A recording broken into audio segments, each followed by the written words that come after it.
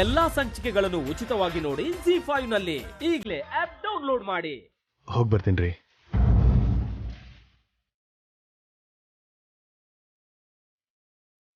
ರೀ ಅಂತಿದ್ಯಲ್ಲ ಅಭಿ, ನಿಶ್ಚಿತಾರ್ಥ ಆದ್ಮೇಲೆ ಅರ್ಧ ಮದ್ವೆ ಆದಂಗೆ ತಾನೆ.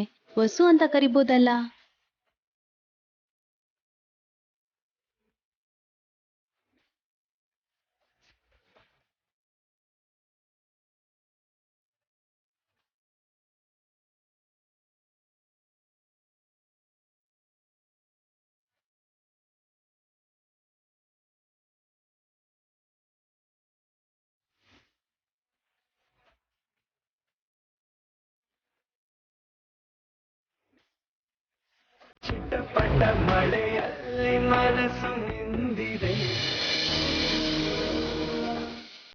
ಅಮ್ಮ ವಸು, ತಗೊಳ್ಳಮ್ಮ.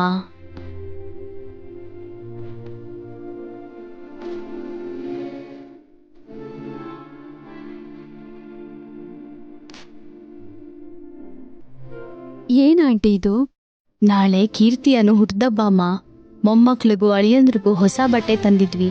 ಮೊಮ್ಮಗಂಗೂ ಮಗಳಿಗೂ ತರ್ಬೇಕಲ್ವಾ? ತಗೊಳ್ಳಮ್ಮ. ತಗೊಳಮ್ಮ.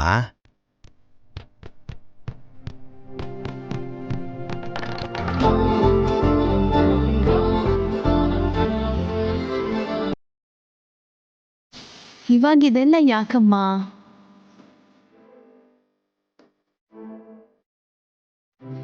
ಇನ್ಮೇಲೆ ನೀನೇ ನಮ್ಮ ಸಂಧ್ಯಾನಮ್ಮ.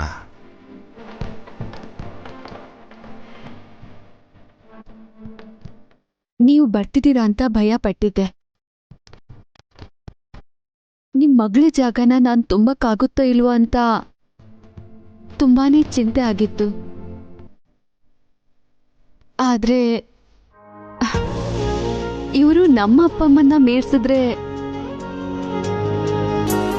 ನೀವು ಇವರನ್ನು ಮೀರಿಸ್ತಿದ್ದೀರಾ. ನಿಜವಾಗ್ಲೂ ನಾನು ಅದೃಷ್ಟ ಮಾಡಿದ್ದೆ. 3 ಜನ ಅಮ್ಮಂದ್ರು, 3 ಜನ ಅಪ್ಪಂದ್ರು. ಯಾವ ಹೆಣ್ಣಿಗೆ ತಾನೇ ಸಿಗ್ತಾರೆ? ಇದಕ್ಕೆಲ್ಲ ಕಾರಣ ನಿನ್ನ ಒಳ್ಳೆತನ ವಸು. ನೀನು ಒಳ್ಳೆ ತಾಯಿ, ಒಳ್ಳೆ ಹೆಂಡತಿ ಆಗ್ಬೇಕು. ನಮ್ಮ ಆಸೆನೆಲ್ಲ ಈಡೇರಿಸ್ಬೇಕು. ಅಷ್ಟೇ ನಾವು ಕೇಳ್ಕೊಳ್ಳೋದು.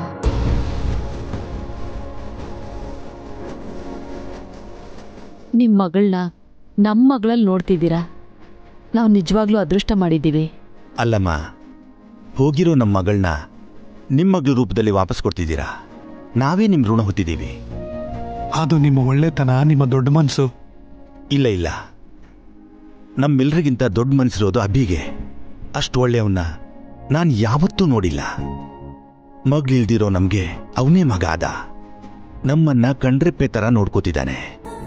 ಅಭಿ ನಮ್ಮ ಅಳಿಯ ಆಗಿದ್ದು ಯಾವುದೋ ಪೂರ್ವ ಜನ್ಮದಲ್ಲಿ ನಾವು ಮಾಡಿರೋ ಅದೃಷ್ಟ ಅನ್ಸತ್ತೆ. ಒಂದೊಂದ್ಸಲ ನಂಗೆ ಆ ದೇವ್ರೇನೆ ಅಭಿರೂಪದಲ್ಲಿ ಬಂದಿದ್ದಾನೇನೋ ಅಂತ ಅನ್ಸತ್ತೆ.